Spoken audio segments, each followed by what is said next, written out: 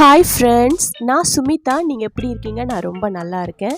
இன்றைக்கி நம்ம ரொம்ப டேஸ்டான ஒரு வத்த குழம்பு எப்படி செய்கிறதுன்னு பார்க்கலாம். இந்த வத்த குழம்பு வந்து கல்யாண பந்தியில் ஹோட்டலெல்லாம் எவ்வளோ டேஸ்ட்டாக இருக்குமோ அதே அளவுக்கு டேஸ்ட்டாக இருக்கும். ஆனால் செய்கிறது ரொம்ப ஈஸிங்க. இப்போ இந்த வத்த குழம்பு எப்படி செய்கிறதுன்னு பார்க்கலாம். முதல்ல வத்த குழம்பு செய்கிறதுக்காக ஒரு கடாயில் 2 குழிக்கரண்டி அளவுக்கு எண்ணெய் சேர்த்துக்கிறேன். கடலெண்ணெய் இல்லைனா நல்லெண்ணெயில் செய்யுங்க. வத்த குழம்பு ரொம்ப டேஸ்ட்டாக இருக்கும். நான் இன்றைக்கி கடலெண்ணெயில் தான் செய்கிறேன். 1 ஸ்பூன் அளவுக்கு கடுகு சேர்த்துக்கிறேன். 1/2 ஸ்பூன் அளவுக்கு வெந்தயம் சேர்த்துக்கிறேன். கடுகும் வெந்தயமும் நல்லா பொரிஞ்சதுக்கப்புறமா கொஞ்சமாக கருவேப்பிலை சேர்த்துக்கிறேன். இப்போ நான் ஒரு 100 கிராம் அளவுக்கு பூண்டும் ஒரு 100 கிராம் அளவுக்கு சின்ன வெங்காயமும் தோல் உரித்து வச்சுருக்கேன். இதை அப்படியே சேர்த்துக்கிறேன். இது கூடவே ஒரு 4 பச்சை மிளகாய் சேர்த்துக்கிறேன். ஒரு பெரிய வெங்காயத்தை பொடியாக கட் பண்ணி வச்சுருக்கேன். அதையும் இது கூடவே சேர்த்துக்கிறேன்.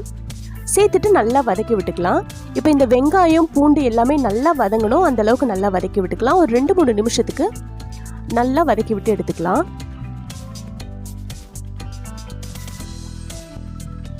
ஒரு நிமிஷத்துக்கு நல்லா வதக்கி விட்டதுக்கு அப்புறமா மூடி போட்டு ஒரு நிமிஷத்துக்கு அப்படியே விட்டுடலாம்.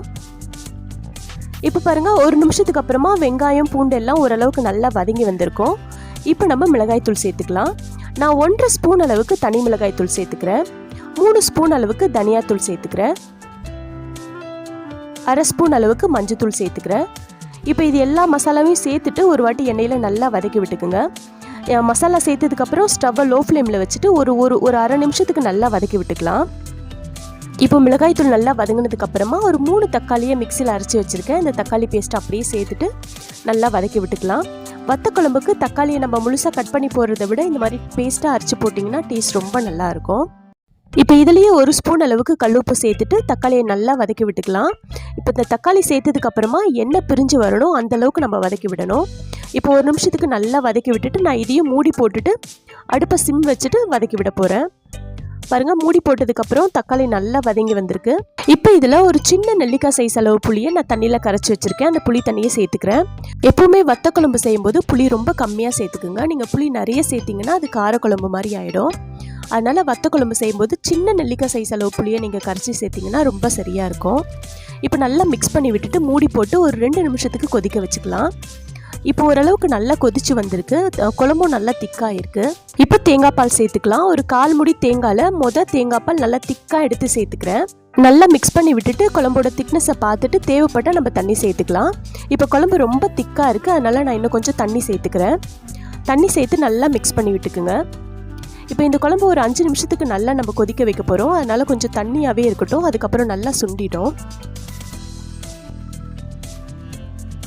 இப்போ நான் கொஞ்சமாக கருவேப்பிலை கொத்தமல்லி போட்டுட்டு மூடி போட்டு ஹை ஃப்ளேமில் கொஞ்சம் நேரம் வேக வைக்க போகிறேன். 1 நிமிஷத்துக்கு ஹை ஃப்ளேமில் கொதிச்சதுக்கப்புறமா நம்ம சிம் பண்ணி வச்சுக்கலாம்.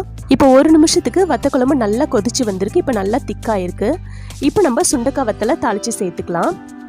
சுண்டக்காய் வத்தல் தாளிக்கிறதுக்கு நான் 1 கரண்டி அளவுக்கு எண்ணெய் சேர்த்துக்கிறேன். கொஞ்சமாக சுண்டக்காய் வத்தலை நல்லா கழுவிட்டு எண்ணெயில் சேர்த்துக்கிறேன். கொஞ்சம் கருவேப்பிலையும் சேர்த்துக்கிறேன். இப்போ இந்த சுண்டக்காய் வத்தலை எண்ணெயில் கொஞ்சம் நேரம் வதக்கி விட்டுக்கலாம். எண்ணெயில் நல்லா பொரிஞ்சு வரட்டும். இப்போ இந்த சுண்டக்காய் வத்தலை நம்ம குழம்புல சேர்த்துக்கிறேன். குழம்புல சேர்த்ததுக்கு அப்புறமா ஒரு வாட்டி மிக்ஸ் பண்ணி விட்டுட்டு அடுப்பை சிம் பண்ணிவிட்டு ஒரு நிமிஷத்துக்கு அப்படியே மூடி போட்டு வச்சிடலாம். அவ்வளோதாங்க. இப்போ இந்த வத்த குழம்பு சூப்பராக ரெடியாகி வந்துடுச்சு. ஆனால் இந்த வத்த குழம்புல ஒரு முக்கியமான ஒரு பொருள் சேர்க்கணும். அந்த பொருள் சேர்க்கும் போது தான் இந்த வத்த குழம்பு ரொம்ப டேஸ்ட்டாகும். ஒரு சின்ன துண்டளவுக்கு நான் வெல்லம் சேர்த்துக்கிறேன். இந்த வெல்லம் சேர்க்கும் போது தான் இந்த வத்த குழம்புக்கு டேஸ்ட்டு சூப்பராக இருக்கும். வெல்லம் சேர்த்துட்டு ஒரு 2-3 கொதிக்கட்டும். அதுக்கப்புறம் ஸ்டவ் ஆஃப் பண்ணிடலாம்.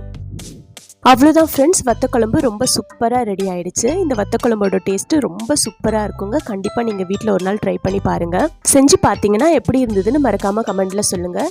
அப்புறம் நீங்கள் நம்ம சேனலை ஃபஸ்ட் டைம் பார்க்குறீங்கன்னா நம்ம சேனல் சுமிதா சிம்பிள் சமையலை சப்ஸ்கிரைப் பண்ணிக்கோங்க. அப்புறம் நம்ம சேனலை சப்ஸ்கிரைப் பண்ணி சப்போர்ட் பண்ணிகிட்டு இருக்க எல்லா ஃப்ரெண்ட்ஸ்க்கும் ரொம்ப தேங்க்ஸ். நாளைக்கு இன்னொரு சூப்பரான வீடியோவில் பார்க்கலாம். பாய்.